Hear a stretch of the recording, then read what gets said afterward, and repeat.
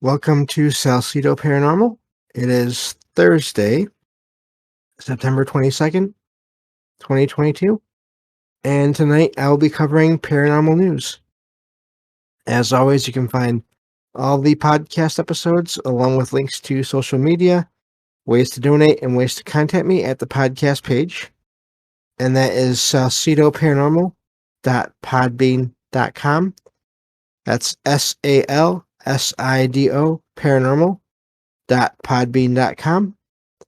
Always happy to hear from you all, whether you have comments or questions, or topic suggestions, or stories of paranormal experiences, whether they're your own or from others that you trust.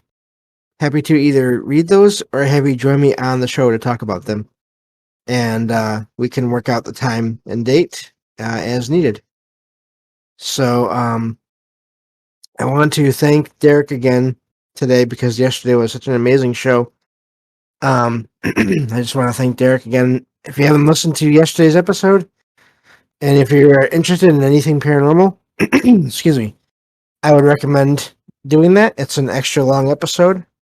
We went for an hour and a half. And as you know, these days, most episodes are usually at most half an hour. And there's a lot of great stuff in that episode. I really enjoyed it. And Derek did a lot of research for it, so it was really amazing. So, I already have these stories for today in the stream chat channel here. And of course, I will include them in the episode descriptions on the podcast and YouTube episode descriptions. So, and I always recommend you check out the articles because I really just skim over them and give details here and there, but I don't get the entire thing. So, and then there's images and sometimes videos and things like that. So I always recommend just check out the article in full. That way you get all the details and more than just what I'm able to share on the show. So, and also it does look like as long as I'm feeling up to it, there will be an extra news show tomorrow night. Of course, keep an eye on the Discord for a notification about that. I'd always recommend everyone join the Discord as well because that's where the live streams are done. And sometimes people will post images that relate to the streams during the stream that you don't get when you're just listening to the show. So I am not anywhere near ready to do any kind of video show. So audio is what you all get. So, but thank you all for listening as always. Whether you are here for the live streams or you listen to the podcast or YouTube feeds, it's always appreciated. And I think that covers everything. It is also getting to be the time of year now where I require heat in my apartment, and that means there will be some more background noise here and there during the episodes. That is not there as much during the summer part of the year.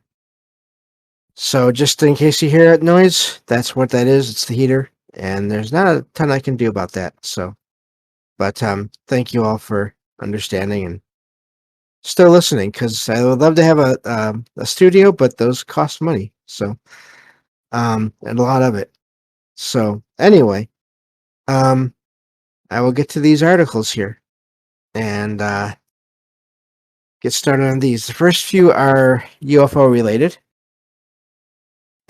This first one is from mtpr.org, and the title is, let's see here, I missed it, lost it there. No, I lost it. There it is. Okay. Why are there so many UFO sightings in Montana? And so let's see here. This article talks about this topic here, and they mention that the state of Montana seems to be a hotspot for UFO sightings. So I didn't notice this beforehand, but this appears to be a transcription of a radio show kind of thing. So I wish I would have noticed that before. But it talks about UFO documentaries near Montana, Great Falls, apparently. And let's see here. I'm just looking at the rest of this article here. Mentions that there have been.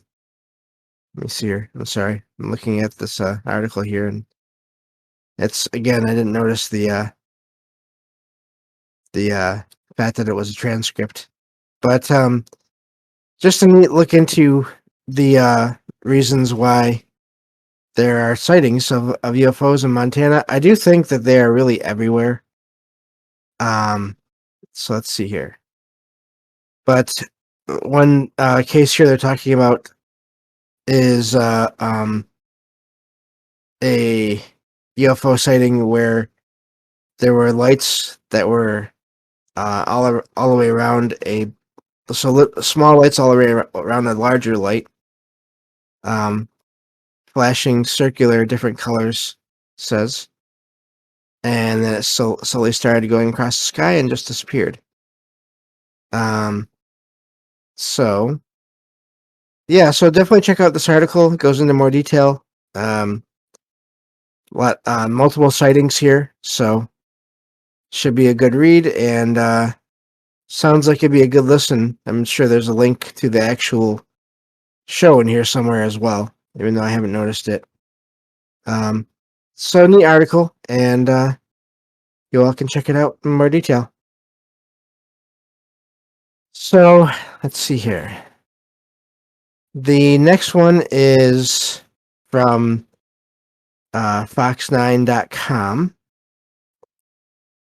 Let me just check on things in the server. Okay, looks like everything's okay. All right. And this one says, the title is Mysterious UFOs, a look at sightings in Minnesota. So there's a couple articles here just about different states where there are sightings, multiple sightings.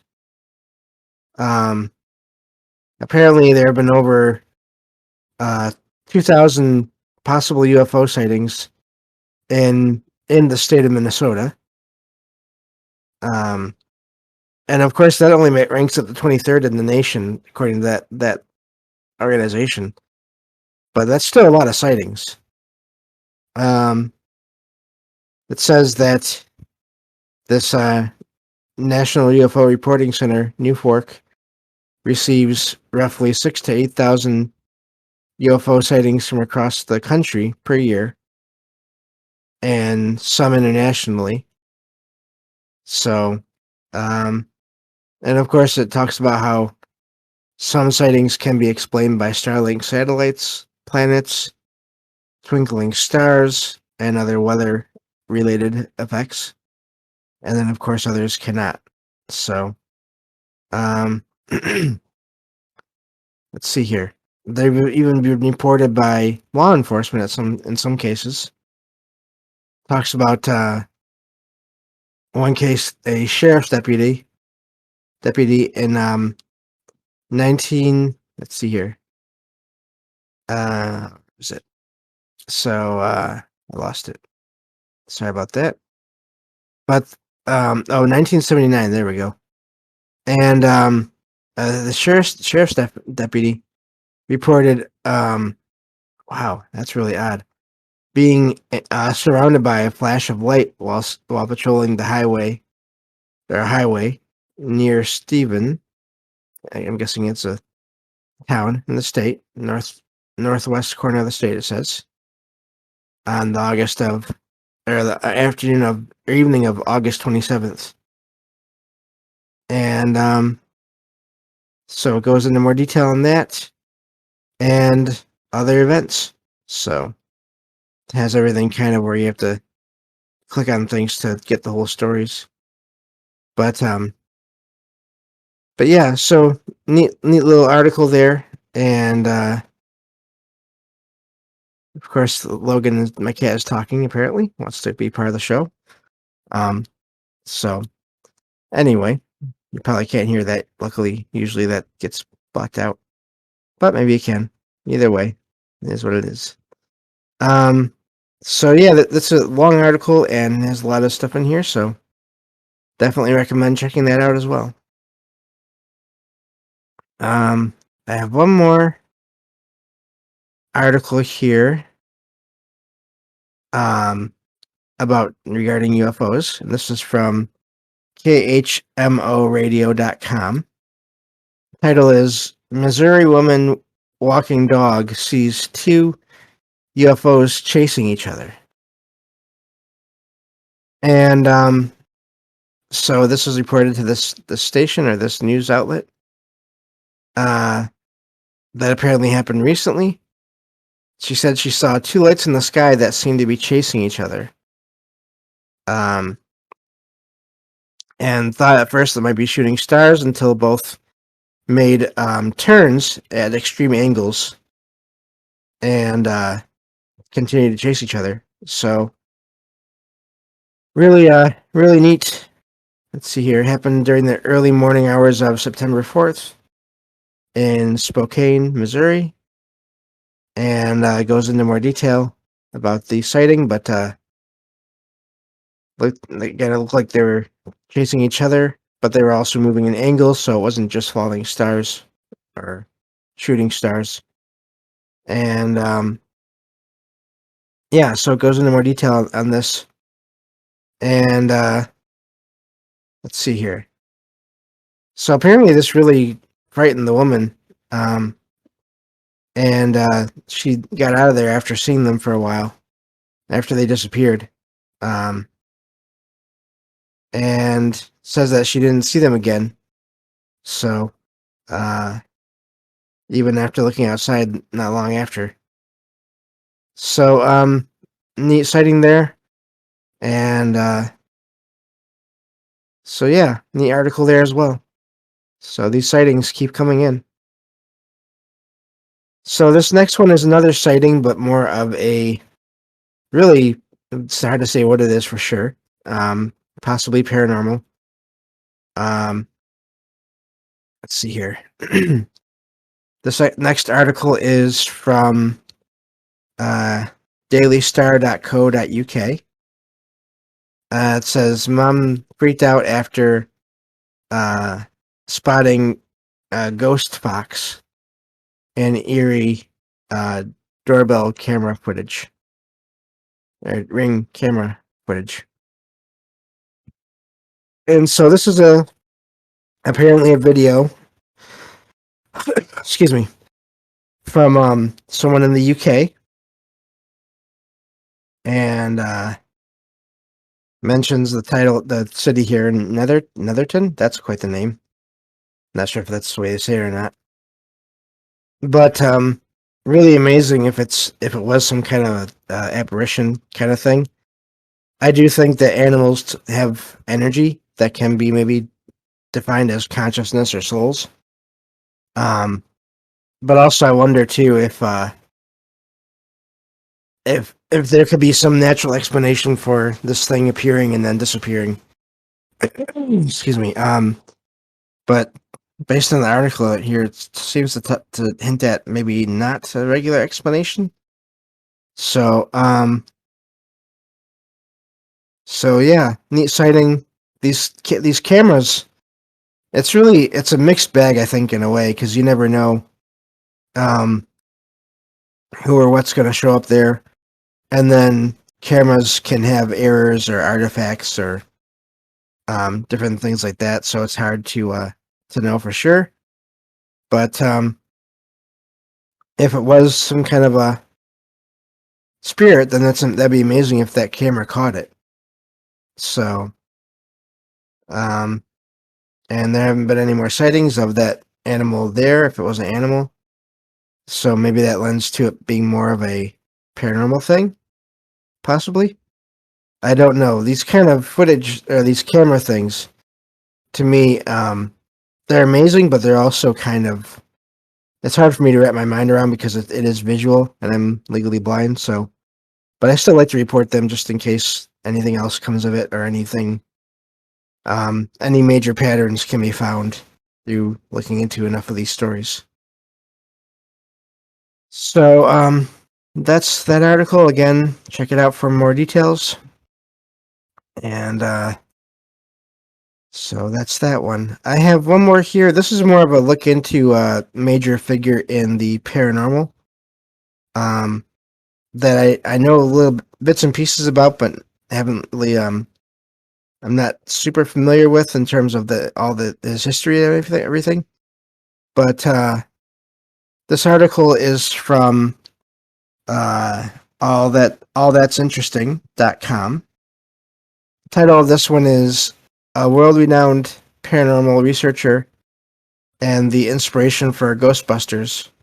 Hans Holzer wrote more than 140 books about his work, including his investigation of the Long Island home that inspired the Amityville Horror. Oh wait, I missed. That was not the title of the article. The title of the article was "The Paranormal Life of Hans Holzer, America's First Ghost Hunter." And I've seen that claim in other places. I don't know if it's completely accurate because I think that would take a lot of research to find out for sure. I also feel like maybe that's maybe the first recognized or widely recognized one, but I am sure that there have been people throughout time that have been looking into all this stuff and maybe just haven't been um, documented as well as maybe Holzer has. I have seen him in various um, paranormal shows, and I had no idea you had that many books out. That is amazing. I'm still working on my third paranormal book, nonfiction book.